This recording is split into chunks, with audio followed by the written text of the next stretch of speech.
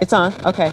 Good morning, everyone. Testing, testing. My name is Vice Mayor Pam Bertani, and I'm here with my colleagues on the Fairfield City Council, and this is our listening tour. So I'm going to let my colleagues introduce themselves so that you know who all's here. I'll start with Mayor Catherine Moy. Just hi, hello, thank you for coming out. And this is the Vice Mayor's district she represents here. But we all represent every part of Fairfield because we love every part of it. So we look forward to hearing from you and try to help out and bringing your ideas back so we can work with them. Good morning. My name is Kay Patrice Williams. Thrilled to be here and to be able to talk to you and look at this great view. Oh, I'm just so happy to be here. Thank you. Who's next? Hi, my name's Rick Vaccaro. I represent District 4, which is actually a big district. It goes from Rancho Solano all the way down to Paradise Valley Estates, so it's pretty spread out, and I'm happy to be here. And yeah, it is a nice view. Unfortunately, if you're a paddleboarder like myself, it's a little windy out here, so you might fall on that lake. So. My name's Doug Carr. Excuse me. My name's Doug Carr. I'm the councilman for District 3, Wood Creek, and the other side of the freeway on behind Walmart, that area there. Glad to be here. Good morning. I'm John Sturdy, Deputy Fire Chief. Just happy to be here and answer any questions you may have about the fire service. Thank you. Tonneson, I represent District 2. That's comprised of the downtown area, the auto mall, out in Old Town Cordelia, and just happy to be here. Happy to see you guys out. Dan Marshall, Police Chief. All right. And we also have our city manager here and some key staff. So why don't we have them introduce themselves as well? Yeah, good morning, everybody. David Gassaway, City Manager. Happy to hear what you all have to say. Hi, this is Savita Chal, Assistant City Manager and IT Director.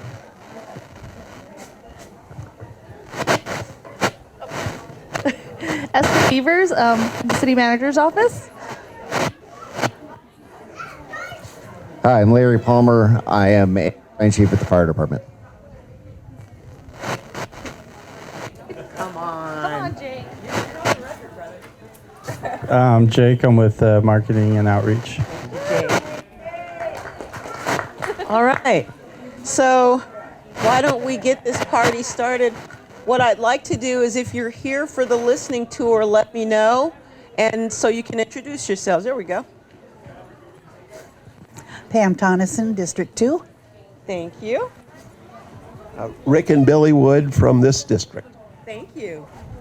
Anyone else here for the listening tour yet? Okay. All right. We got an intimate family type gathering here this morning, right? All good. We'll just roll with it. So let me just ask you first. Thank you for being here. And did you have any specific things that you wanted to discuss with us today? Okay. Lots. Well, I'll just start with the landscape maintenance districts that were just put up to a vote, and I'm glad to say that Paradise Valley, where we live, voted in, and one other out Gateway. But what's it mean for us, and what does it mean for those districts that did not approve the new districts?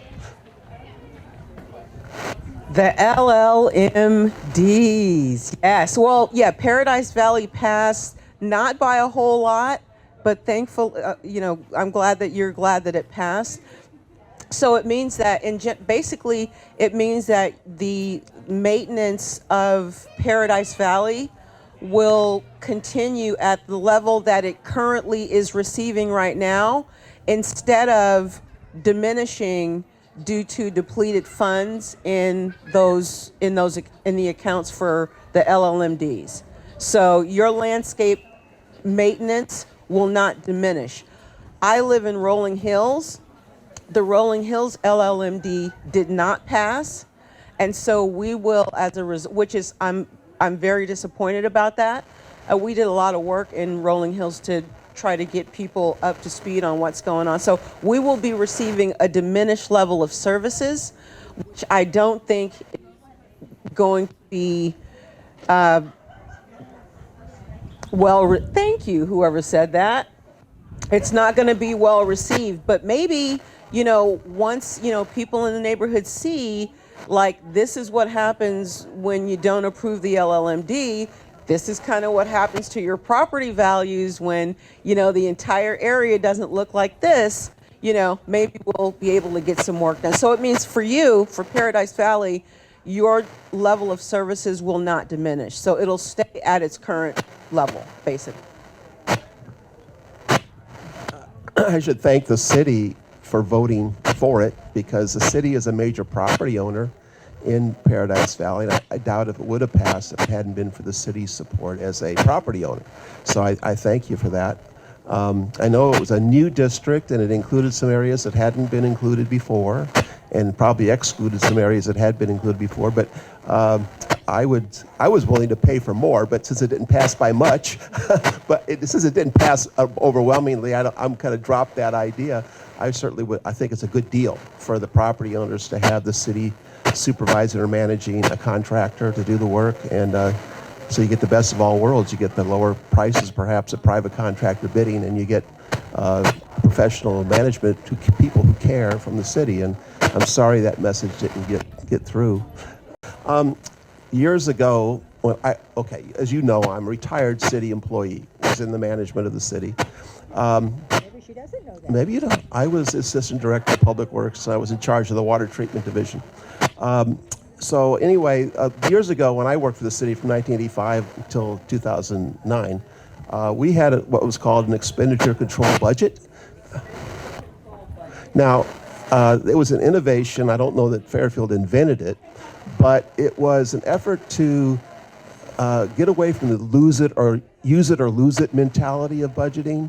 And it was not a line item budget, but each department got what they got last year, plus an increase for inflation and population growth. And they were expected to provide exactly the same services to the city as they did last year for that money. And if they saved money, they could carry some of it over to the next year, and some of it went back to the city. So they had an incentive to save, and they had an incentive not to use money at the end of the year, just to carry it over. My question's kind of involved, but I would like to know if we had kept the expenditure control budget and kept those inflators from those days, what would the budgets of the different departments be today? I think what I'm guessing is that police and fire departments would be pretty close to, or maybe even more than the expenditure control budget would say, and public works, where I worked, would be lower. And I just would like to know, even if it's not an intent to change the budgets, it would be an intent to know where we stand compared to where we were years ago. Because you're not supposed to be able to provide the same services if you don't get as much money, and you are supposed to provide the services if you get the right amount of money. So I don't think we have the expectations for public works that we used to have, because they're just not getting the money, and I don't think it's reasonable. But I'm a public works advocate, so I want to know how bad off is public works, because it's an important part of our city. I am the budget expert on the city council, so I'll be able to handle that question specifically by handing the microphone to our city manager. That was good, Pam. That was really good. Oh no, I was like, all right, she's taking this one. This is awesome. Yeah. So I mean, I don't know if I can answer your question, specific to, what was it in, say, the early 2000s compared to now. We've not done that type of comparative analysis. The Great Recession was a major impact, right? Not just in Fairfield, but across the state. And from a property tax revenue perspective, despite the growth that we've seen, we're probably just now getting back to where we were prior to the Great Recession, because not only did property tax values dip, and we had all of the reassessments that lowered the revenue stream, but then we also lost redevelopment. Now, while redevelopment, as you know, wasn't something that you could use to spend on city services, certainly it helped in terms of providing an economic basis for doing projects that then help to elevate the taxable basis. We are in this year's budget, we're just about back to the staffing level that we had in, say, 2006 prior to the Great Recession. So it has taken, since 2012 or so, it's taken a decade for us just to recover from that and get back to that basis. Now, from an overall revenue standpoint, what's been a big boon to us is Measure P. And the sales tax, the use tax that comes with that. Without that, I mean, fundamentally, Fairfield would be a different city. And so our property tax and sales tax combined is about 70% of the total general fund revenue stream, which isn't uncommon for cities, but we're very reliant, particularly on sales tax. And so, right now in the budget that the City Council just adopted last week, what we project is basically a flattening of revenues. So we're not really going to see an increase in revenues because we have, particularly in sales tax, we're going to have a reduction. And in property tax, we'll continue to see some improvement in assessed valuation as we've seen, property values. Most of the reassessments are sort of back to where they were. So under, Prop 8, you can reassess to reduce your property value basis on the property tax rolls. But then in good years, they can start to catch back up to where it was previously. And so the county's mostly back to where it was, previously. So there's very few properties, if any, that are still, under a reduced assessment based on the reductions from the Great Recession. So we see a little bit of an increase in property tax revenue. We are projecting that we'll mostly be flat with a little bit of increase in like fees for permits and stuff like that. We see a slowdown certainly in construction, and as that happens, that's that's another part of the equation. So with flat revenues, we all know that inflation's hitting everybody, and the inflation's hitting us as well. And so we're going to have about a 10% increase in the approved expenditures. And when you have flat revenues and increase in expenses and you're already running at a balanced budget, we're going to have a deficit. And so over the next 5 years plus, the projection is that we'll have a structural budget deficit. There will not be enough revenue. If we just sort of keep going status quo, there is not enough revenue to cover the expenses that we will incur. And so what the City Council did was they approved one-time measures. So in the fallout of the Great Recession, obviously the organization shrank quite a bit, and then as the economy recovered and as revenues recovered, we started to basically refund and resupply some of our reserves.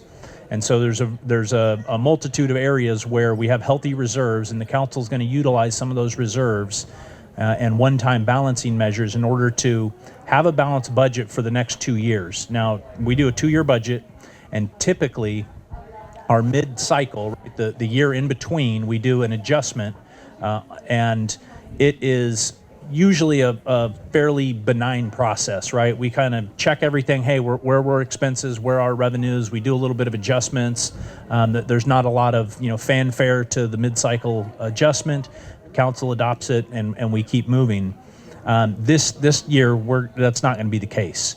And so what we're doing is holistically throughout the organization, from top to bottom, we are looking at every area where we can try to squeeze expenses more, try to find savings in areas, find additional revenues in areas that don't require us to go back to the voting public, and see how far we can get in terms of closing that long-term structural deficit. And so what we presented in a workshop with the council back in May was basically 3 options for closing a deficit. Option 1, austerity, right? We can just cut ourselves down to the revenues that we have. That starts to have a major impact on the community. And ultimately in the Great Recession, that's what was required. And so that's where, unfortunately, there were layoffs. Certain programs stopped getting provided. Services, were cut. We're looking at doing that without going to austerity. So the council said, no, austerity is not what we want to do. The other option out on the other extreme then was we could take a swing. Measure P expires in 2033. Is that something that we want to go and talk to the public about potentially doing a revenue measure and swing for the fences to raise enough revenue in order to cover the expenditures that we project? They didn't want to go there either, which wasn't our recommendation. Instead, they chose the hybrid. So we want to really fine-tooth comb through our expenditures, find areas where we can, create savings. There may be some hard decisions to make in terms of service programs, and there may be some reductions in that regard, and then also find additional revenues. One good example is our business licenses. We are about half of what neighboring cities are in terms of business license fees.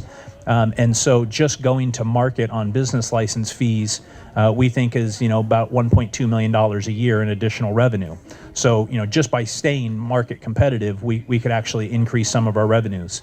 We haven't looked at our park and recreation program costs, the fees for, doing a sports camp or something like that. We haven't looked at that in 15 years or so. And so we're, those are the types of things that we'll be looking at over the next 6 to 8 months.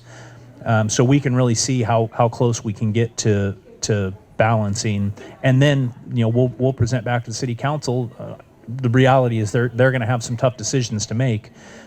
We don't know where the future goes. Who knows? We could the coming recession that's been on the horizon for a year and a half. Eventually there's going to be a recession, but maybe we're just in a sort of time of stagflation, which is a concept where your revenues aren't really rising, but expenses are rising, and that inflation then stagnates the economy. We just don't know, and so we'll be managing that. One of the things that really helps us is last year we switched over to a new financial management system. It's called an ERP, Enterprise Resource Planning software system. Up until last year, we were still using the same financial system that the city was using back when you were still with the city. It was a 25-year-old financial system, and it was incredibly limiting in how we could really dive into data and better understand the way that we're spending money. When I came here in 2020, when I first got here, I asked for a series of reports out of the financial system, and they just didn't exist. And so, department heads have not had the tools in order to adequately dive in and really truly understand exactly where all that, expenditures are going and how we're programming funds. And so in this year, we took the first step in this budget to what's called program budgeting. You were talking about expenditure control budgeting. Sort of the term of art these days is program budgeting. You're identifying what are those services that the community desires, that the city council wants to provide to the community, and then you're programming expenditures based on those programs or on those services. And that then, we couldn't quite go fully because with only 1 year into the financial system, we still just don't have that information quite yet.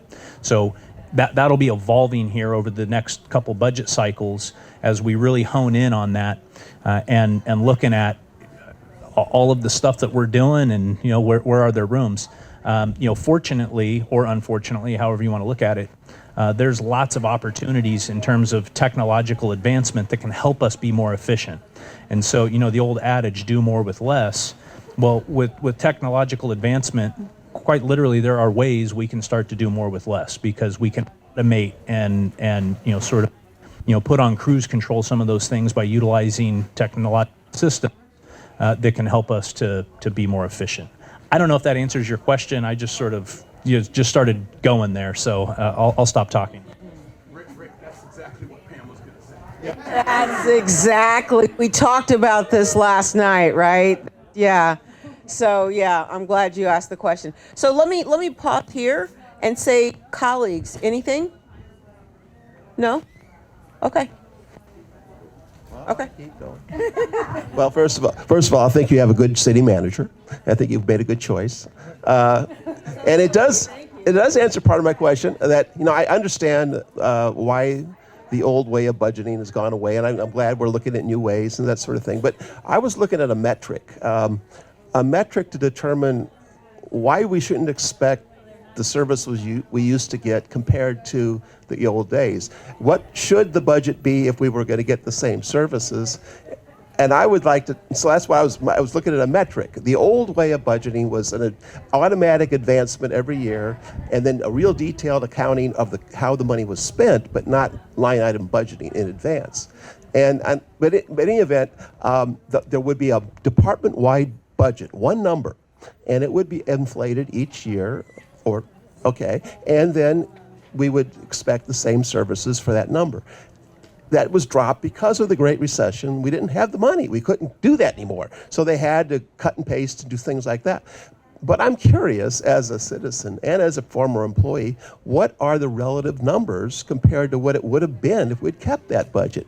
And so if police is getting 100% of what that would have been, I say we should be getting the same services. And if fire is 100%, and if public works is 80% or 60%, well, we shouldn't expect to get the services. And maybe we should be looking at spending more on some of those departments where it's really been cut a lot. So I mean, if I was on the council, I'd kind of like to know what has happened as a result of all these events in the last 20 years, and where we were then and compared to where we are now, and which departments are hurting the most. So the bottom line is you want a comparison of what it was like for the Great Recession as opposed to what it's like now. Yeah. So.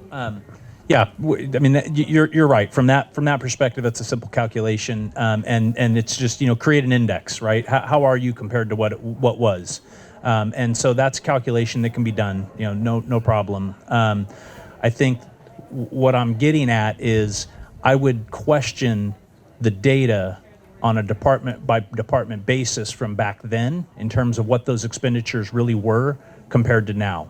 And the reason being is because we've modified the way in which those full costs are accounted for.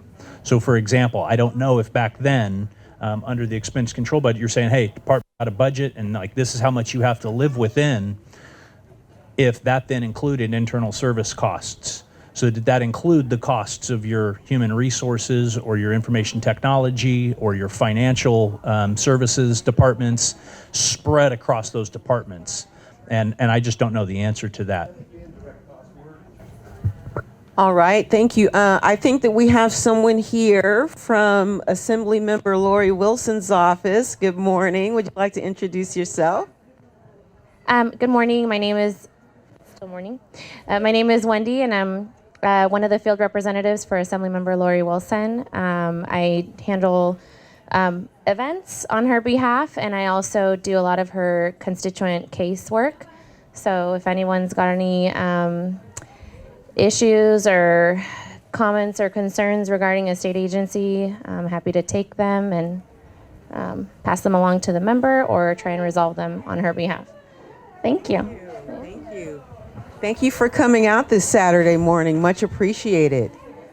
So one of the things that has concerned me about this district and this area of this district is where you spend your disposable income, where you shop, where all these beautiful people out here this morning go to buy the goods and services that they need. Because my concern is that it's not in Fairfield. My concern is that too many of our residents in District 6 and other places, but here it concerns me because I've had conversations with folks who say, listen, it's just too far to go into Fairfield proper when we just go to Vacaville, or we just go wherever. And so the city manager knows that this is one of the things that I've been talking to him about and expressing concerns about, and he's been very diligent in researching this issue for us to see what kind of retail establishments we can support in this district. And so I just bring that up. It sounds like you're amening me on this. Is that a amen? Okay. Tell us about it. Well, I shop at Rayleigh's. I live in Paradise Valley. I shop at Rayleigh's 80% of the time. The other percent of the time I shop at Nugget, or I go into Napa and shop at Whole Foods. I do all of my clothing shopping, his clothing shopping in Walnut Creek. I go out to dinner in Napa or Lafayette or East Bay or San Francisco. So primarily what I buy in Fairfield are groceries. So, David, maybe can you speak to the conversations that we've had about increasing our commercial or our retail out in this area and what some of those challenges look like, and what we found from taking a look? So as you look around kind of broadly, beautiful scenery, because there's not a lot out here, right? But therein lies the problem. There's not enough rooftops out here to really support some of that stuff. Now, it's coming, as you can see. I mean, One Lake's had incredible success. They're building rapidly. They're growing rapidly, and they're getting ready to. We'll be about to assign them the Vanden Road improvements, so they'll finish that component over the next couple of years. Obviously, very big. It's about a $60 million infrastructure project. A lot of dirt work. And then planning area 5, at that point, then they can begin to pull permits, and that'll be all the way out there. And then within I want to say it's within 2 years, we think we'll be starting on the Matt Garcia Park, which will be just past that. We have a project that is going to be coming along over on the west side of Peabody, and it's about, I forget the final number. I want to say 280 or so homes in planning area 1. So this whole area is the train station specific plan that the council adopted back in, 2012, 2013. And so it's starting to come to fruition. Just to the west of here, where there's a lot of the industrial properties that are there, that area is where the plan calls for all of the commercial and retail establishments. And so it's designed as sort of a town center concept, and it'll have sort of a main plaza, and then it'll be retail commercial buildings on each side, and then there will be multifamily that surrounds that, so that it helps to elevate the number of residents that are there to then patronage those stores. We are just almost done. I was just talking with our interim community development director this past week about where we're at. We're doing a retail study. So last year, in response to the request from Vice Mayor Bertani at their priority setting, we kicked off doing a retail study to really discover, because grocery stores, for example, not only out here on the far east side of town, but out in Councilwoman Williams' district in Cordelia, we've heard there's this desire. We need more grocery stores. And so that's a part of what we're looking at with that. We're also in the process of doing a general plan update. And with that, they have their own economists that are looking at that question as well. And so sooner rather than later, I'll say realistically within the next couple of months, we anticipate coming to council with a presentation to say, okay, here's all the stuff that we've learned in terms of what that looks like. And from there, then we can adapt our economic development strategy to pursue those types of commercial uses. There's also conversations that have been raised now by Lewis Plan Communities. So they're the ones doing the Village neighborhood. And so eventually they'll build all the way up to Gold Ridge. And they'll be the ones that are responsible for expanding Cement Hill Road and continuing on Manuel Campos all the way to Peabody, where they'll then tie into Vanden. And once that infrastructure is in place and those developments are ready to go, then that'll make quite a bit more attraction opportunity for those retailers. Part of the problem is there's not a lot of folks out here, and there's no visibility, right? It's not like there's a freeway coming through where passerby can see that there's a retail center and get off and go in to shop. And that's why as you look at the I-80 corridor, what you see is almost all of those types of establishments are within a sight line of the freeway, because then they pick up just some additional spend by someone passing through or just easy access. All the way out here, it's the easy access isn't quite there. And that's where a lot of these major infrastructure projects, to the tune of probably about $200 million worth of roadway projects over the next, realistically, decade, will need to come together before that will then start to have that traffic flow. As 80 now, 80 is basically a parking lot. And so Vanden Road, from Leisure Town to Vanden Road to Manuel Campos, is a little bit of a reliever valve for that purposefully. And so once that traffic starts to really pick up and there are higher traffic counts, then it'll be far more attractive for those types of commercial uses.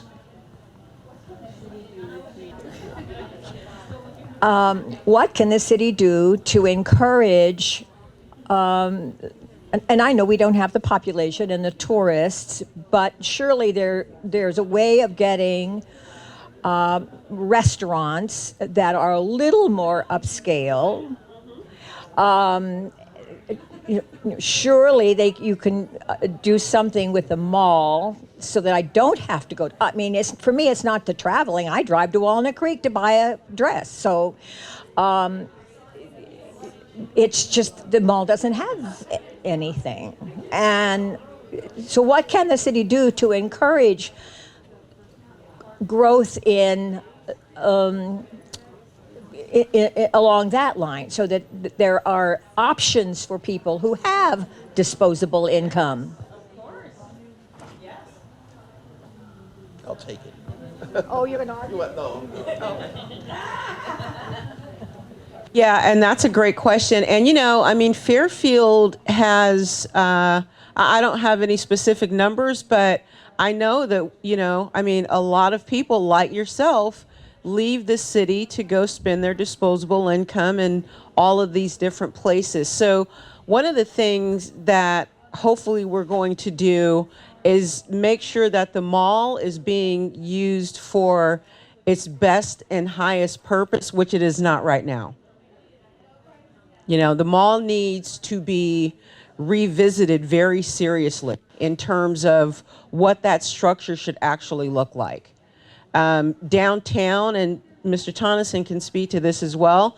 We have our Heart of Fairfield plan that's underway. Transformation is happening, but still downtown accounts for about 1% of the general fund budget or so, which is not even that. Not even that? Wow.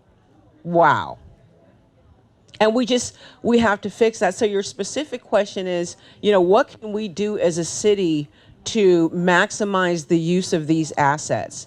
Well, that's where leadership comes in. I think the Heart of Fairfield plan will help facilitate that transformation as we continue to make downtown a destination for people. Like what they've done out in Mancos, you mentioned that in Sassoon Valley. Sassoon Valley is now a destination. In other words, families get up on Saturday morning, Sunday morning, and say, hey, let's go to Sassoon Valley to listen to some live music, to have some family time, and to eat, and to spend some disposable income. So they've branded Sassoon Valley very beautifully. And the city council supports those efforts, but that's what we have to do at the mall. And which is on I-80, which you can, you can see the mall. Exactly. Yeah, it's right there, right?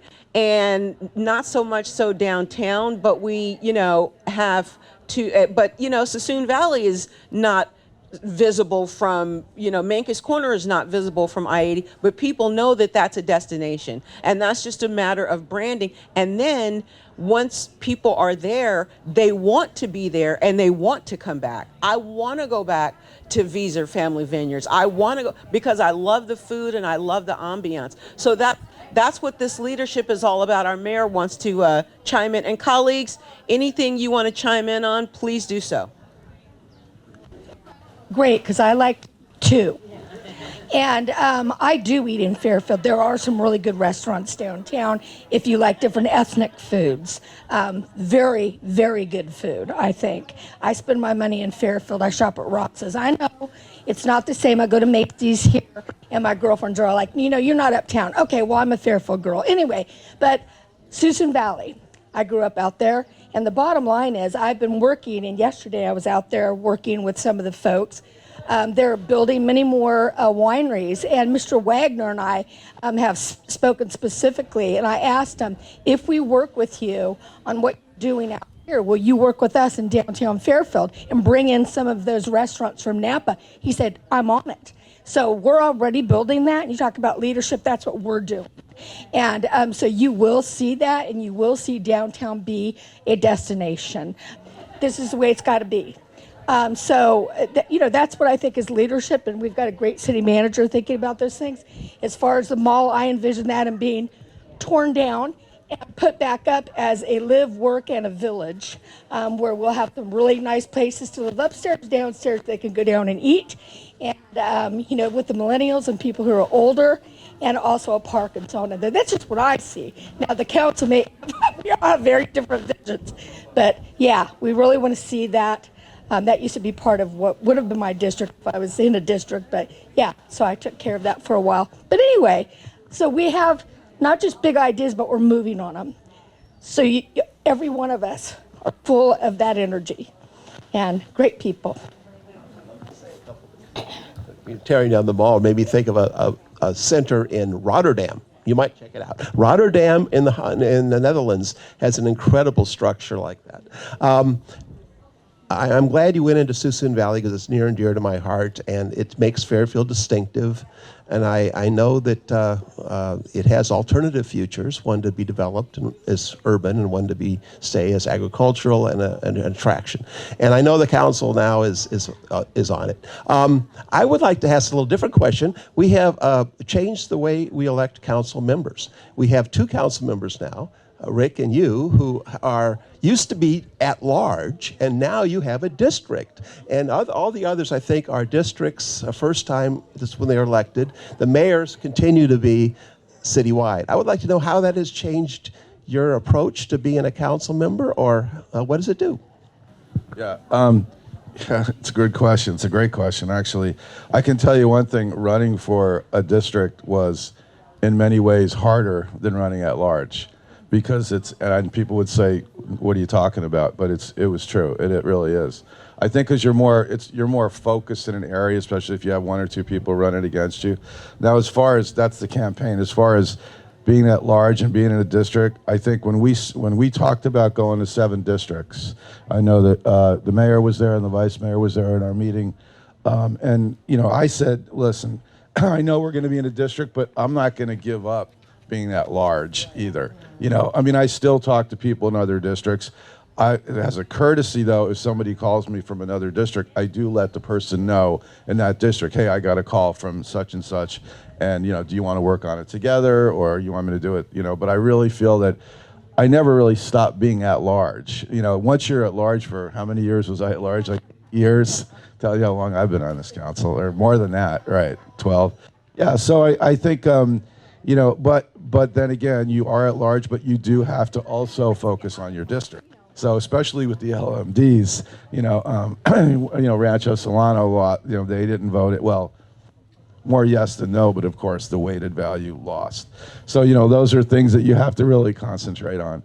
So yeah, it's different, but then again, I think it's also I still consider myself at large in many ways. Yeah, so it's a good question. Yeah, and I completely agree with what Rick just said.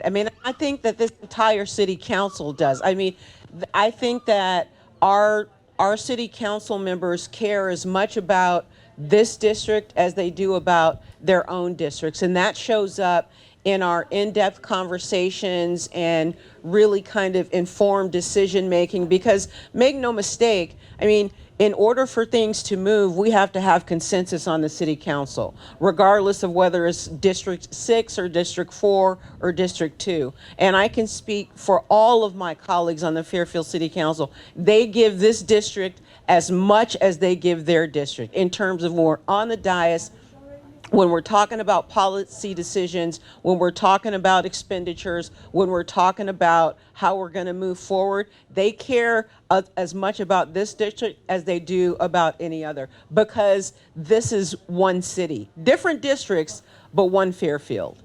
And if we're not all moving together, forward together, then we're not moving forward. So, but that's a great question. Yeah, so thank you for that. We have a new neighbor here. Good morning. I'm Pam Bertani. My colleagues are here from the City Council. My name is Benny Bell, and I represent Gold Ridge. I'm a small business owner in the area, so just want to stop by and introduce myself and listen to what you have as far as where we're moving as a city overall.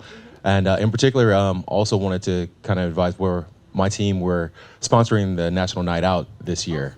Yes, so just wanted to stop by and kind of, like I said, introduce myself and talk to you about how that's moving forward this year. Yes.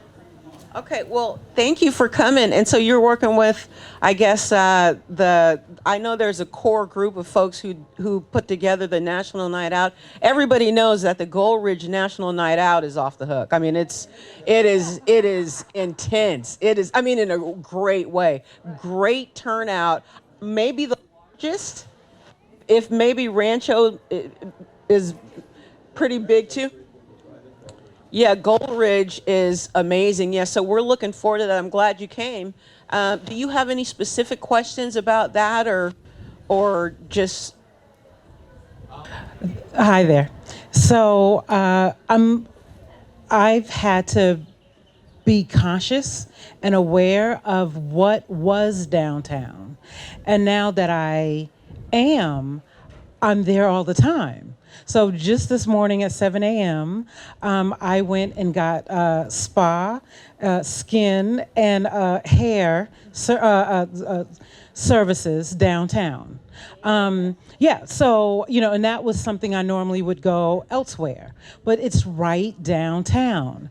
The number of businesses, the places to eat, the delicious places to eat that are downtown, they are just building. And so what I just want to say is we just need to have a consciousness to support locally and to tell our friends when we have great experiences, like at Euphoria. Spa and I'm gonna mess it up, and nails.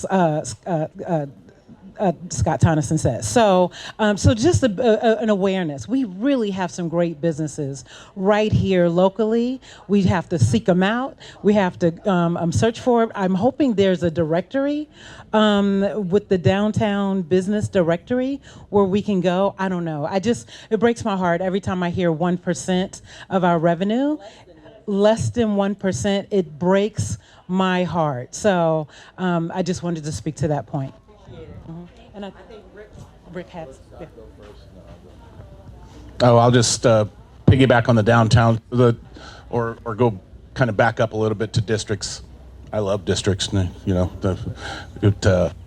I like that you can focus. You know, I focus on my district simply because there's a lot of work to do there, but what's good for my district is good for Fairfield, you know. So it's bettering the downtown, and if you haven't been there in a while, it's really changed.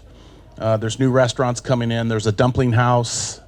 It's going to be where the old Starbucks was, and Wince's is I'm pronouncing that right? Wince's is coming in. It's a higher end seafood establishment, I believe.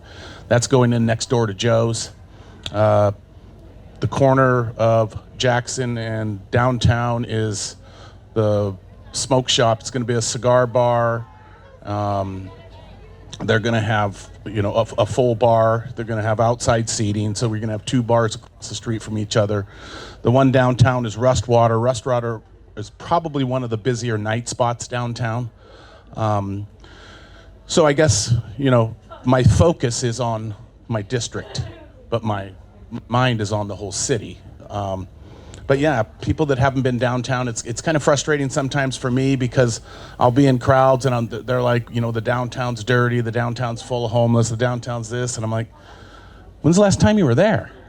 They go, about 10 years ago. I'm like, just don't talk to me anymore. Come on, just come downtown. So I love downtown, as you can probably tell. So that's what I got. Well, we love the theater. There you go.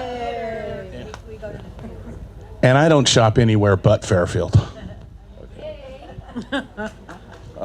Now, all I wanted to say was about the mall. Everybody knows that malls all over the country are kind of dying, right? And outdoor malls are kind of, some of the, whatever we're going to do over there at the mall, it would be good to see some, an outdoor retail, maybe some high density also, if we're going to put housing down there. We definitely need to do something there, so. Yeah, 100%. When the mall downtown San Francisco, California is going through transformations, then, it's a national problem. We're doing things differently. The pandemic has changed the world, and it's not going to be the same, in my opinion, ever again. It is what it is. So and David, and I got you right back. Sir. So I was just going to build off the good things the council said, in relation to your question, what can we do? So in downtown, for example, we've got a couple of programs. One is facade improvement program, and so we'll give a matching grant to property owners if they'll reinvest in their property, and that's made a major difference. And it took us. It sounds funny, but it honestly took us probably 2 years to get property owners to sort of believe that, we'll give you money if you'll reinvest in your property. And so that program started to take off now. And I don't know, Scott, if you remember, there's probably been 7 or 8 buildings down there now that's taken advantage of the facade program. Yep. Yeah, retail to restaurant. Yep. So we've got the facade program, and then we have a program called retail to restaurant. So one of the major barriers to the types of restaurants that we would love to see down there, because we're branding downtown Fairfield as a food and arts district. And it needs life, right? And the life then starts to bring that investment, the private side of investment that just kind of builds on itself, and then we can back away and business owners will take over. And so retail to restaurant is recognition of most of the buildings down there are commercial retail buildings. They're not restaurant buildings. And when you look at just the regulation under the building code these days of including a kitchen, the hood, the grease trap, all of the infrastructure that's needed for a restaurant, you're talking probably $100,000 of investment per building. And a lot of small business owners, that's too much capital for them to raise to come in to, $100,000 for a kitchen, plus improving the property, plus getting your business open. It's an incredible barrier. And so we're partnering with property owners to say, hey, we'll do all the architecture for you. And then through our facade program, we'll actually assist you in doing that. And then the second program that kind of builds on those is we have a revolving loan program now that the council authorized. So now we can even lend money to someone that say they want to buy all the kitchen equipment. We'll lend them a portion of the money to do that. And then they can get private debt for the remainder, and that removes that barrier, and it's low interest, and then they just pay us back over a time, and then as those monies come back, we just continue the loans going. As for the mall is an incredible opportunity. It's an incredible missed opportunity, and so I think fortunately last year, towards the end of last year, it went into receivership. And the company that was assigned as the receiver is a national mall development company out of Colorado. And we've already had some conversations with them. It was funny, they approached us and said, hey, would you, we're thinking of changing the mall and making it more of a lifestyle center, which is the type of open malls, and maybe adding residential around it. Is that something the city would be open to? I said, hell yeah, that's what we want. Come on down. And so we've had a couple of those conversations with them. I've tried to connect them with a couple of residential developers, high density residential developers, because when you think about land use economics, there is more parking lot at the mall than there is building, and that's just opportunity. And the world has shifted the way we think about having one big building that's this anchor that people go to, surrounded by a sea of parking. It's just, we just can't do that anymore. And so I think they're interested in not just being the receiver from the bank, but actually acquiring the property and then making the type of investment that's needed. And through the general plan update that we're currently going through, the city council already identified that is what they want to see happen with the mall. And so once that zoning gets into place, then that makes it easy. We can remove all of the barriers for them to do that type of stuff as quickly as they can, based on whatever the economics of that project looks like. We were just at the downtown theater, last week? Whenever it was, anyway, last week. And we're there a lot. Every time there's something even minimally interesting, we're there.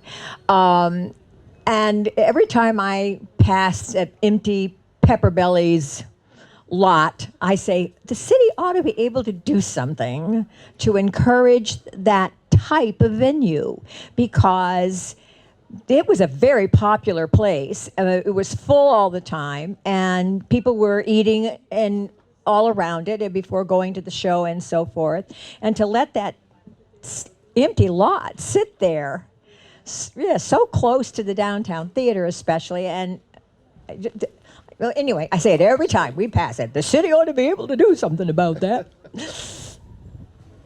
We're trying. And David could probably help me out with this, but the lot closest to the buildings, the gentleman will not sell and is not going to sell, and there's no way we can get that last piece, right?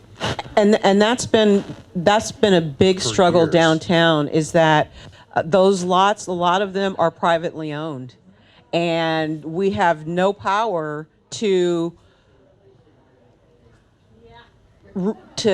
control the disposition of the property. It's privately owned, and the lot that you're talking about, like Mr. Tonson just said, he's not going to sell it, and he doesn't want you to touch it. Correct. That's correct. I mean, that's at the end of the day, that's the struggle. So, and if it's his property and he wants it to sit there with weeds on it, there's basically nothing that we can do. So, but the good news is the Bank of America building. Yay! The city has acquired that property, and we're going to make sure that that property becomes a real anchor for downtown, because that one we do control. So we're going to definitely use that for its best and highest purpose. And the building's going to come down. It's actually going to be demolished, right? Right. So that's Transformation Station right there. There it is. That's Transformation Station right there. So so the cavalry's on the way. David, do you want to say anything about that? Yeah, the cavalry is on its way. We've had several meetings with various different entities, and we feel like we're on the cusp of turning the downtown around.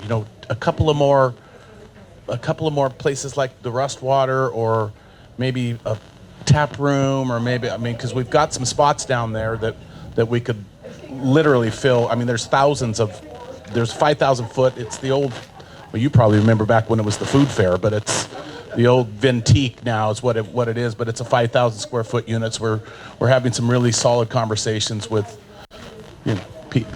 certain things that we can't talk about yet because they haven't signed any contracts or anything like that, but there's a lot of talk going on. There's a lot of opportunity downtown, and yes, the cavalry's coming. That's a good way to put it. Yeah, cavalry's on the way. You had a comment. I just more of a question around the downtown plans. So I understand that there is kind of a lobby to get ideas for redevelopment for the downtown area. I received an email maybe about a month ago, about putting together plans and sending in blueprints of different ideas. And just wanted, since you brought it up, what type of facility are you looking for, and how are you reaching out to providing an anchor store to anchor in more, to bring in more business in that area? And just me coming from a real estate background, I have a kind of a vision of what Walnut Creek kind of looks like for the downtown area, where you have retail downstairs and high development condominiums upstairs with an anchor store to kind of bring in that other facilities. So is that where the plan is looking like for downtown Fairfield? I've been talking about this for a long time, in terms of downtown. I'm from Oakland, California. And back in the day, we used to go to my grandmother's after church on Sunday. She lived in Berkeley. So she lived in Berkeley, I lived in Oakland. So we would pass Emeryville every Sunday going from my grandmother's back home to Oakland. And that's when Emeryville was a ghost town, literally haunted. Freddy Krueger is from Emeryville, California, okay? And you look at Emeryville now, and it is absolutely stunning with just that kind of development, with retail on the bottom and housing on the top. And there's a waiting list for those condos in Emeryville, a mile long. So that went from nothing to a major source of commerce and residential property almost overnight in terms of development purposes. And so that's a long way of saying that for years I've been talking about, and we have been working on making, having our downtown Fairfield, maybe not exactly, of course, like Emeryville, but like that, where we have retail and we have residences where, certain generations of the younger people, they don't want a big house and a big lawn and a big 2-car, 3-car garage. They want to wake up, go to work, and then go downstairs and eat at P.F. Chang's or something, and go to bed and call it, So I would love, personally I would love to see a major anchor retail downtown to support the restaurants, to support the small businesses that you went to this morning, but to bring some spending power downtown Fairfield to support all of the activities and everything that we've been talking about this morning. So don't know if my other colleagues want to weigh in, or Yeah, I'll David. chime in. Yeah. I'm not as much into a big anchor, like what a traditional anchor would be, a big store, a big, Like Crate and Barrel, or like Crate and Barrel. I've heard Apple that Store. one before. Apple, I wouldn't. But my mind isn't going there. If they want to come, sign them up tomorrow. But but I'd rather see more brew pubs down there, more of an atmosphere to try and build a nightlife that we'd never really had downtown.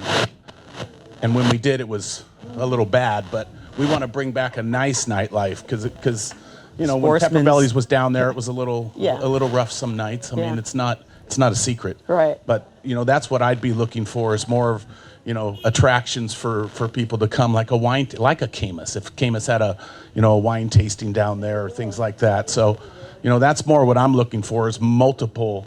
I mean, I don't know if you're on the same page with me, but multiple mini anchors, I guess you'd call it, or I'd call it. So exactly what you're talking about is the vision. That's what the specific plan down there calls for. What we sort of struggle with right now is we're kind of in this in-between world in terms of property values. So, right now a property in downtown Fairfield's probably in the $12 to $14 a square foot range in terms of property value. You look at Emeryville, you're talking more like $50 a square foot. So there's an economic incentive to build what Emeryville is going up, because your dollar per square of property is so high that you have to build up in order to justify the property values. We're not there yet. hopefully we get there. It's goods and bads though, right? The give and take with that is then, now the pricing goes up.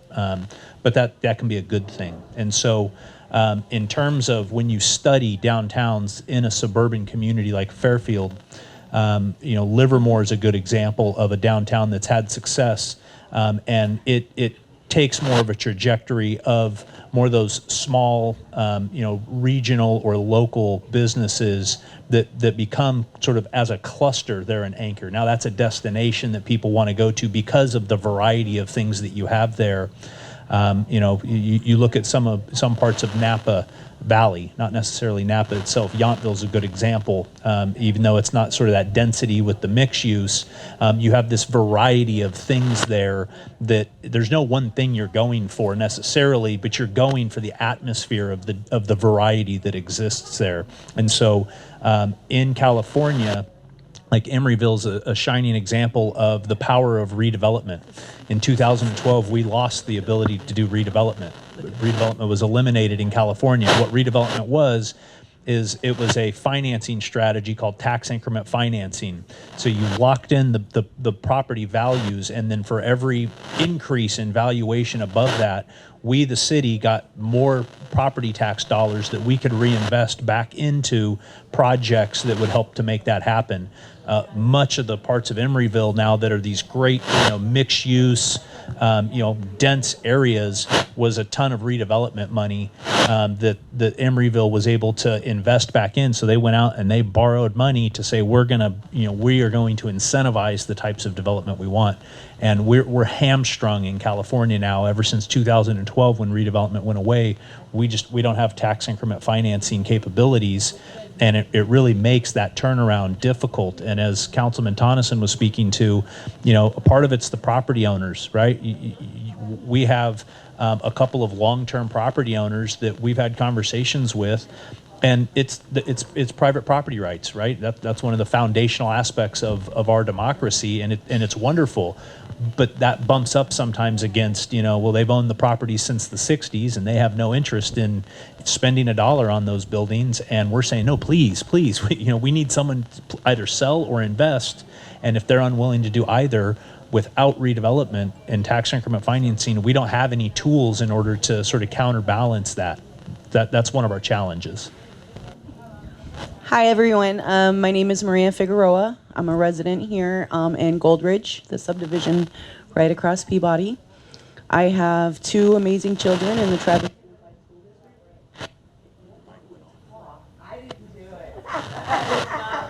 David, that was you, wasn't it? Yeah, no, try. This mic's working better. Why don't you try this one? One mic. Yeah, one mic. Wasn't that Nas? One mic. That was Nas. Yeah. One mic. I'm originally from the Midwest. Me and my husband come from Chicago. An Army brat, but Chicago was until we came here to Fairfield. To be here in Fairfield, I'm very active in my community. I love my community. I love Fairfield. Like I said, it's the closest to home that I've gotten anywhere. I've been in Novato. We looked all around over there. This is home for us now. And we just, we have good and we have bad here in Fairfield. I'd like to think we have a heck of a lot more good than we do bad. If I had to compare Fairfield to home when it comes to, the bad things and the negative that we see, I'd say we got about a good 30 years before we hit the real bad. The problems that we do see here in Fairfield are nothing compared to what bigger cities are dealing with right now, or like what the problems that my hometown is facing right now with gangs, with gentrification. Speaking of that, the diversity here in Fairfield is second to none, and I really love that too. There are things that I would like to see handled better. I love the fact that Fairfield is trying to modernize, is trying to build up the economy. That's a wonderful thing, and I applaud the city of Fairfield for doing that. My only worry is the residents that are here now, don't make us suffer for and miss out and lack things that we need, that we found here at the expense of doing that. So that's why I'm here listening today. Thank you. As always, thank you for your thoughtful comments and for coming out. And we have no plan whatsoever to have our residents suffer at our hands for anything, for any reason. We're just trying to make it better, which is why we're out here listening, which is why we're glad that you came out this morning. So I think that you've heard from this city council a strong commitment to doing things better, to being responsive to the changing times as they come upon us. I mean, some of this stuff, we just have to kind of build the plane and fly it at the same time. Nobody saw the pandemic coming, and well, some people did. It wasn't us, but I mean, I'm sure some people did. But it has changed. It has changed the economy. It has changed the way business is done in the United States and abroad. And so we are just trying to be responsive to make sure that Fairfield is doing everything that we can to make this place the kind of place that we all want to be, to work here, to live here, to grow here. So that is 100% for sure. So thank you for that. Anything else? Anything from our police chief? Where's Dan? There you are. Anything? I think our police chief is doing a fantastic job. That's the beauty of having a chief who you actually know, and have a relationship with, and have worked with for years and years. I mean, Dan's been here forever. I mean, Chief Marshall. Sorry about that. Has been here forever, and that's the beauty of that, right? So, and just very responsive, to things that come up in the neighborhood and on the homelessness journey that we're on in terms of servicing that population and making sure those folks get the resources they need and the shelter that they deserve. So thank you, Dan, for doing just a fabulous job. Much appreciated. What about from fire? Do we have anything? So from the fire side, we have 2 new fire stations that are in the works. The one, we're relocating Station 39, which is on Huntington by the Burger King off of Air Base, to Peabody and Dobie to better serve this area as it starts to grow. Nice. And then the second one will be a brand new fire station out at Cordelia Business Center in Sassoon Valley, and that'll be Station 36, which we already have the engine company out there at Station 35 being housed there while construction happens. But we're hoping to break ground on those stations here shortly. They'll be built simultaneously, so they should be up and running here by the end of 2024, 2025-ish. Very nice. That's what I call a praise report. Yeah, that's a praise report right there. That's good news. That is very good news. All right, what else do we have? One more thing. I'm the street tree guy, as you probably know. When I lived downtown, I involved myself a lot in planting and maintaining street trees because the city had cut back so much in its staff doing that. I did a calculation once that we need 6 city crews to take care of our inventory of street trees, and we have 1 now. So the volunteer efforts were, I think, necessary. In Paradise Valley, we have street trees in front of homes, and I can't even get a straight answer on who owns the tree. The city has tree easements around the city, and in the tree easements, they plant trees, and the city owns the tree, although the owner of the property owns the ground. In Paradise Valley, we have a dispute about whether the homeowner, property owner, owns the street tree or the city. Now, it doesn't make a whole lot of difference if the city's not going to maintain it anyway, but people want to know, should I maintain the tree because the city won't, or should I call the city to maintain the tree? I don't want to touch their tree. And my preferred option is to hire more street crews and just take care of the city trees wherever they are. But it's an issue about who's responsible for these trees, and I think they're very important in enhancing a neighborhood. And we've let our trees die and remove them and not replace them. And I don't want that to be off the radar screen for the council. That's a big downfall of what's happened to our budgets. The street trees, yeah, are important and for all those reasons, plus for the environment. Trees are good. Trees help us breathe clean air. Very important. Without trees, we will not be living very long on this planet. So, and shade, all the good attributes, absolutely. So exactly, all that, and yeah, for sure. So we've had some conversations about the maintenance of city-owned property in Rolling Hills, and it's my understanding that for city-owned property, it is impermissible unless there is some exception for non-city staff to maintain city-owned landscaping, and for a variety of reasons, but a primary one is, I believe, for liability purposes. So, Mr. City Manager, is that your is that correct? That's my understanding. Okay. So my question is this, because just like in Paradise Valley, like folks, wonderful residents like you, we have residents who also are saying, hey, I'll volunteer. We'll volunteer to maintain this open space so that it doesn't become a fire hazard.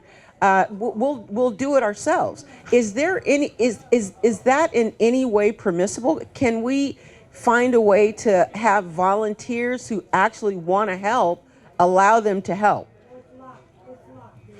From a legal point of view, is that something that the city council can weigh in on? If we have a band of, street tree volunteers who want to go out, keep the trees healthy, do the maintenance on the trees, can we as the city council find a way to make that happen? I'm sure you could. Legally, I don't know. That's outside my realm. But I'm sure that's something that the council could discuss. Okay. Real quick. But I think to your question, Rick, I think you're more asking, there's the dispute in terms of ownership of the trees and responsibility for maintenance. Yeah, understood. So in terms of Paradise Valley, that's the first I've heard of it. I'll have to look into that. To speak to what the fire chief, sorry, what was your name? John. I'm sorry? John Sturdy. Mr. Sturdy had mentioned earlier about the growth in this area. And obviously, there's a need for new fire stations to help support that growth. And I do recognize that there's been some changes to the streets here to allow more traffic flow around the Cement Hill area. Are there any plans closer to widen the streets here around Cement Hill coming towards this way, coming from 80? And then also understand that there was a plan at one time for an elementary school in the Gold Ridge community. And I just wanted to ask if that was still on the agenda or if that's been something that's been pushed to the side for future reconsideration. In terms of the road widening, Mr. City Manager, can you speak to that? And then we'll talk about the school.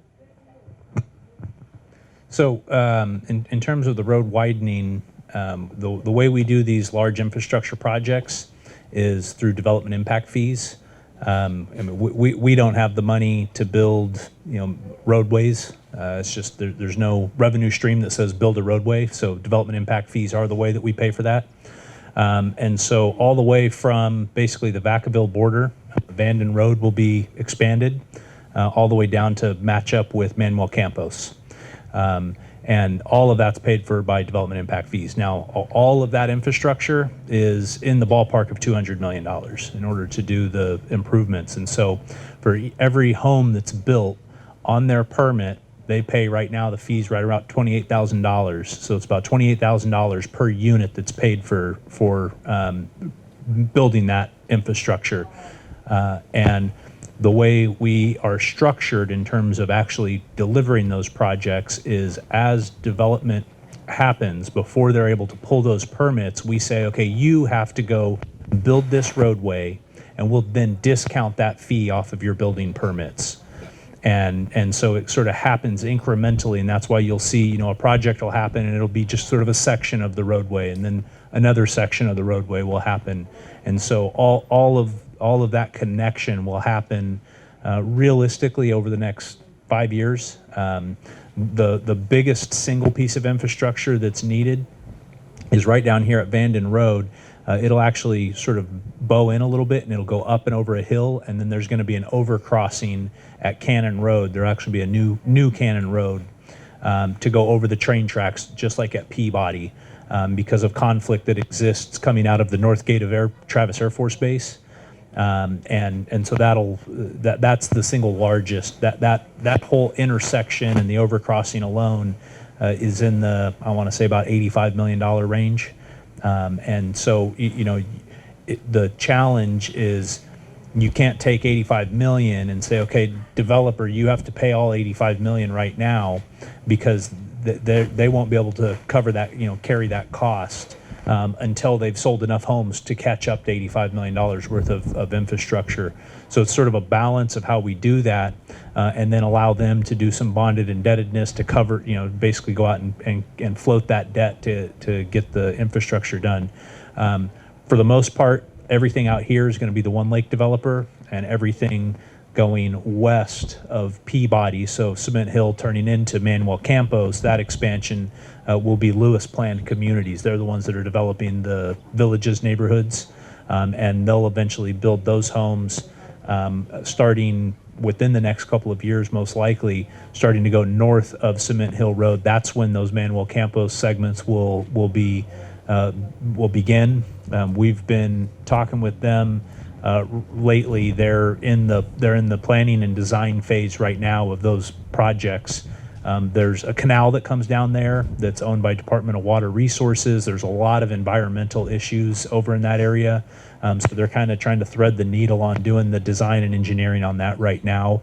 And then once they have that together, we're going to be talking with them about a modification to their development plan, so that we can try to accelerate the development of that roadway, to where then Manuel Campos will be basically 4 lanes all the way down until it hits Peabody, and then you'll have Vanden going from there. Now, as for the school, do you want to touch on that, or do you want me to hit that? So we have a subcommittee with myself and the mayor and some members of the Travis Unified School District. And in one of our meetings, we talked about that. We talked about the Mello-Roos fees that were supposed to be dedicated to a school in Gold Ridge.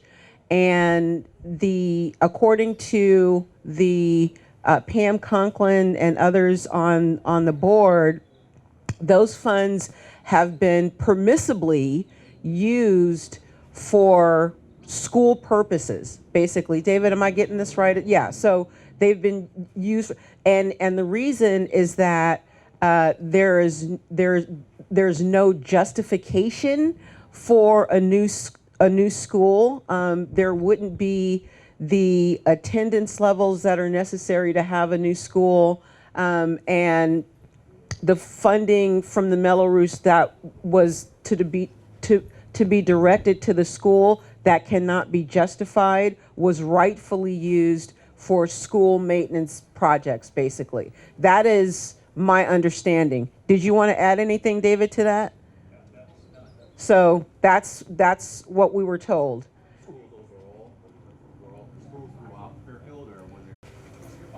Oh, okay, yeah. Okay, so just a little history on that. Those funds, the Mello-Roos that they collect from us over there in Gold Ridge, they were used to remodel Scandia. That's an on-base school. They fully rehauled Scandia with that money. The reason that they gave the city of Fairfield, the city of Fairfield, the reason that they gave them the no attendance, not enough people, that's true. But what happened was the Travis Unified School District did want to get rid of that property at one point. But what the new board members ended up finding out was that way back when the developers and Travis Unified School District procured that property right there by the park, they spent, I think and don't quote my numbers, okay, because I don't have my notes with me, but they spent around $6 million on that property. The property was never appraised. So what ended up happening is in 2017, they ended up having to pay, Travis Unified School District, ended up having to pay penalties to the state of California for undeveloped property, which was that square over there by Gold Ridge, because they hadn't built anything on it. School districts cannot hold property, undeveloped property, without plans to do something with it. Plans on paper to do something with it. And since Travis Unified School District had none because of the reason that they gave you guys, they don't have enough attendance to do so, and they really didn't have enough money to build a school. So a school, it's about $20 million you're looking at, which actually is about how much they spent for the Scandia renovation, but I digress. So what ended up happening is they were paying upwards of $17,000, I think it was per year, since 2017 in penalties to the state of California. That's coming out of the general fund at Travis Unified School District.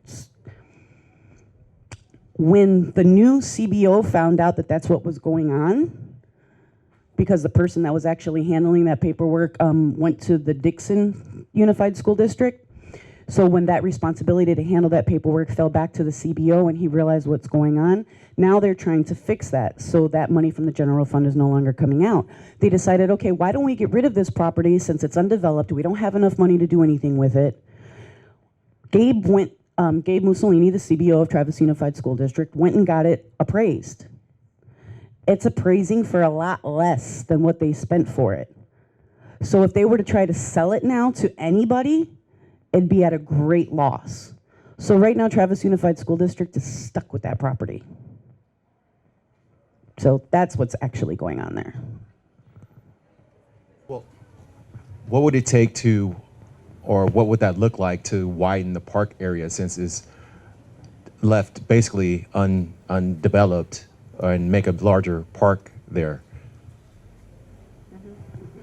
What would need to happen for that to take place?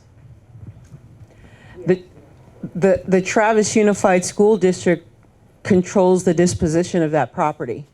So that would be a decision by the property owner, the Travis Unified School District. But let me give you my real answer. If that's what that community wants, you need to raise some hell about that. That's the truth. Yeah, if that is what it is that you want to happen, organize. This is still a democracy, and we're still the taxpayers. So that would be my heartfelt comment to you, is to organize around this issue and to move it. And it's your money. It's your money, literally. Am I right? Absolutely. I do recall a couple of years ago when we had the meeting with you at Gary Filati Park, and you and David were in attendance. We did speak about it way back then as well. The community and the people that were at that meeting, we all did say, man, wouldn't it be amazing if the city of Fairfield could just buy it back and expand our park? I mean, we could put a dog park in there, we could put a pool in there, some aquatic stuff. I mean, there's so much that could be done with that area to expand our park. We don't even have bathroom facilities at our park.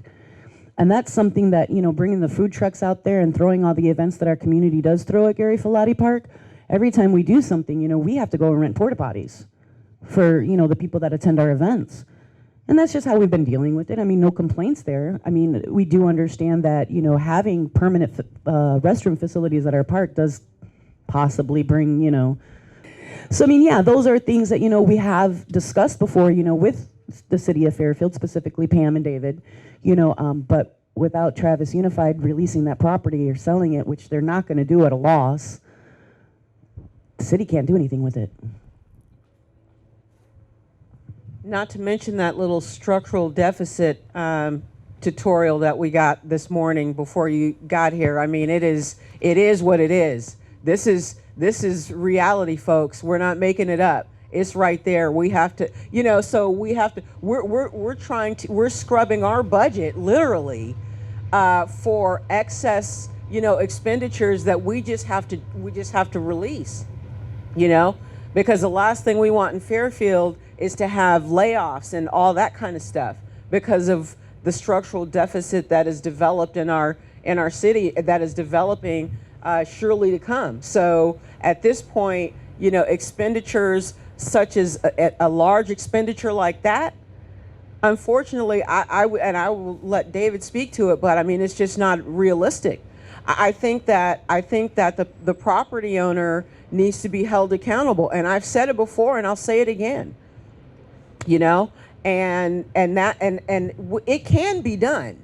I mean, we've done bigger things than that in American history. It can be done. It is one word: organize, because it's your money, 100%.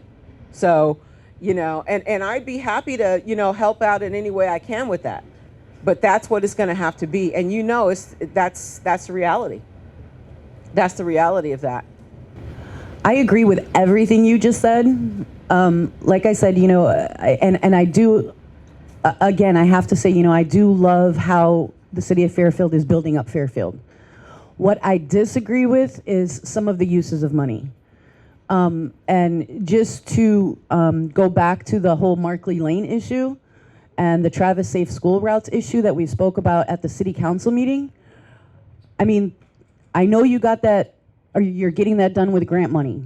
I understand that. It's mostly grant money that you're getting that done with, correct? The Safe School Routes grant, the Travis Safe School Routes, okay. No. But here's the thing, and I know it's all legit because I absolutely looked into it. So, I mean, there's nothing, it's all being done the right way. But morally, it's not being done the right way. Because anybody that goes down to that site, anybody that looks at your maps, nobody sitting here can tell me that that route, that bike path that's going to be going from the train station to Forbes Gate is helping any students in Travis Unified School District. I'm sorry, there are no students being dropped off at the train station to be able to utilize that bike path that you are using grant money with to build to walk to school. It's if anything, you're giving a path to the high schoolers to go ditch school and hop on the train and head on down to somewhere else. That's what you just did. You didn't give them a way to get to school, you gave them an easy way out. And that's just realistic. That path is being made for the benefit of the base, not for the benefit of any school. And that's the truth of that. So that's $8.2 million. You guys said it would take $6 million to do Markley Lane. That's really simple math, because that's what would provide a safe school route to those schools over there, not a bike path from the train station to the base. Right, and I hear you. So what did your community do? No. What did your community do? Your community got in contact with me and with the mayor, and you organized and came to the city council meeting on Tuesday night. You spoke your mind with power, with facts, not with repetition, not with anger, but with cold, hard facts. And what did this city council do? This city, you're now on our radar screen. Hello. And this city council told you on Tuesday night, what? That we're committed to thinking about different ways to get this done, because with the train station, those grants are dedicated for that particular project, right? So, I mean, even if we wanted to use the 6.8 or whatever million, we can't do that, because that would be a misuse of those funds. Is that right? So morally, I mean, I hear what you're saying. Why do the 6.8 million when it helps nobody? Because how do we get to the train station in the first place? Nobody's dropping their kids off at the train station, and the teenagers are going to use it for inappropriate things. I hear that. At the same time, you got to hear us and say that money is designated for that. And it's not ours to redesignate. It could have been used for other things that would have provided safe school routes. There are grant funds that come either from the federal or stuck. state level that say this is the specific purpose of these funds. Absolutely. Who wants access to these funds? Absolutely. We have a planned path that's in the specific plan. And so because it's planned and you have an opportunity to get $8 million from other people's money, we're not going to say, well, no, we don't want that money because we would prefer to do a different project. Right. You go grab the money and do the project. No, that's why I said I looked into it. You're absolutely legit on paper. You know, I get that. It didn't have to be used for that, though. There was a plethora of other ways that could have been used to provide a safe school route.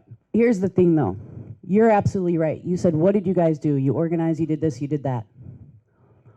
I don't blame the city of Fairfield for anything that the community's not pushing for. You're absolutely right. We do need to come together a whole heck of a lot more. Unfortunately, and I know a lot of people in my community are not going to like me for saying this, they would rather sit on Facebook and social media and complain about the things that the city of Fairfield doesn't do. I know me coming here and saying the little things that I'm saying, it's not going to do much, but hey, at least I'm here. And I'm listening to you. And I'm giving you my suggestions. And I'm hoping you're listening to me too. That's more than I can say for everybody that's still in bed over in Goldridge. And I've told them that you guys are going to be here. I told them to come out and tell you what they think. They're not going to, because all they want to do is complain. I don't want to complain. I know the work that you're putting in, Dave. I know it. I know the work that the police chief is putting in. I know the work that the fire chief is putting in. I know the work that the mayor is putting in. You guys work, and I give it to you. I'm the first one to give it to you. But the community does have to come together and tell you what we need, and they're not doing that. So my community is not doing its part, and I apologize for my community. But me, I'm going to be here as much as I can, with or without my cane. I need a sidewalk, Dave. I need some sidewalks. Can you get me some sidewalks eventually? Thank you. Yeah. So, all right. Organization matters. Yeah, it's how you move the needle in a democracy. I mean, we've seen countless examples of that. So that's just American history. When the community organizes, things change. Yeah, because it's our democracy. Yeah. What else do we have? Mayor, you want to weigh in? I love that you're here, and not just because I spend time answering people on Facebook and all the social media. I know you probably see that too, because some people, that's where they like to do. I'd love to see them here. That's so why we're here. Yes, I'd love to see them here. We've been putting out our schedules for the listening tours, and I praise you for being here and for speaking up for your neighborhood. It's the only way we really know. We are 7 people who are dedicated to the entire city. There's 120,000 plus people here. Your voices, your ideas are going to be, overwhelm us, the 7 of us. But if we do it all together, boy, that's how it's done. And people come up with great ideas that we wouldn't have come up with, ourselves. I mean, we have our heads down, like you said, and we're digging through, doing this day by day. You guys are out there and you see, oh, we do need a sidewalk over here. That's not how kids are going to get to school. Let's get real. So we need you for reality check. We got, 42 square miles or so in this city? It's huge. It's almost the same footprint, a little bit smaller than San Francisco. So we're big. And I like to drive around. I go all over in the city, and our colleagues do, and they're in their districts too. So we've got the city covered, but not like y'all that live in neighborhoods. So just want to tell you how much I appreciate every time somebody comes and tells us. And we're not afraid. As you know, the vice mayor and I don't shy away, neither does our city manager or any of us, about, complaints, issues, ideas. We love it. We love it. Yeah, we'd like it all to be roses. That's not life. But we're here to work it. So just thank you. And I really appreciate also staff being here. We have key staff here always, and they're on Saturdays. They could be somewhere else, maybe with their families. So I appreciate them. And also, like I said, the citizens coming out, because you could be somewhere else as well. Out in Susan Valley having some nice wine. There's still time for that. Yes. But anyway, thank you. There is. Is the city's service request system people would like to be on the internet, they don't want to be here, but they can make a service request right to the city, and I've had very good success with things I see in my dog walks. So I was wondering, city manager, how well utilized is that? As I go to David, I'll tell you it's very well utilized. Our city manager is I'll tell you a secret about our city manager. He's a data-driven city manager. He likes to make decisions based on data. And that system allows the city to capture data that the city can then use to make decisions about the disposition of resources in this city, right? So I'll just, with an intro to our data-driven city manager, here he is. Yeah, it's growing in terms of its utilization. We've been trying to spread the word, so tell all your friends and family in Fairfield. There's either on the website or through the My Fairfield CA app. You can get it in either the Google or Apple stores, app stores, and yeah, and on the data. The good thing on the backside, I meet with our marketing and outreach division manager, who every other month he gives me a report that says, okay, how many cases were open, what were those cases in, Public Works, Code Enforcement, PD, depending on those things. And what I really track is what's the response time. So our goal is that we'll respond back to a resident within 48 hours just to say, hey, it's been received. Let's say it's a street light that's out. Okay, it might be 2 weeks before we can actually schedule the time to go out and replace the street light. But we at least want to acknowledge that it's received, and so both the preliminary response and then the closeout rate. That's really what I monitor. Our city clerk just texted me. I just want to let you know we really need volunteers for the 4th of July parade, which is literally around the corner. If you're interested, please let me know or email cityclerk@fairfield.ca.gov, because we really need volunteers for the parade. And if you are interested, even just showing up at the post office downtown would be a huge help. What are the volunteers? They're called, I don't know, she called them pacers, I think, just to walk along the parade route and then help maintain traffic. Okay. And also, I just want to mention, if anybody's interested, we really do need people for the Landscape Oversight Committee. So if your district, you feel strongly that did not vote, on the side that you want to, please sign up I have applications up here. Please apply for the Landscape Oversight Committee. We also have positions open. Yeah. Yes. Yeah. Oh, and let me say, okay, listen, and let me say something too, that, this oversight committee will be making sure that the problems that we face with our landscape lighting and maintenance district for this time around will never happen again. And this committee reports directly to the city council. So you'll be holding our feet to the fire, making sure that the information that we're receiving is accurate and representing your neighborhoods. Reporting, saying, city council, this is what it is right here. There's no filter. You report directly to us. So I think it'll be very effective. Did you have anything else to announce? Yes, just a few more committees. We also have the Rockville Hills Park Citizen Advisory Committee. Applications for both this and the landscape is due July 14th, but we don't have any applicants yet. I'm sure there's a lot of avid hikers here in Fairfield. So please apply, voice your opinions, what improvements is needed for Rockville. If you're interested, once again, please apply. And if you know any students or family members or young children that's interested in the youth commission, we're always on an ongoing recruitment for youth commissioners. So please just let us know and look on our website, okay? Thank you. Thank you, Esther. Once again, everyone, thank you for coming out this morning. Hopefully you'll spread the word about the things we talked about today. Assemblymember Lori Wilson, please thank her for having you here with us. We appreciate you being here. Thank you so much. For myself and the mayor and the rest of the City of Fairfield City Council and staff, thank you, and have a good weekend. All right.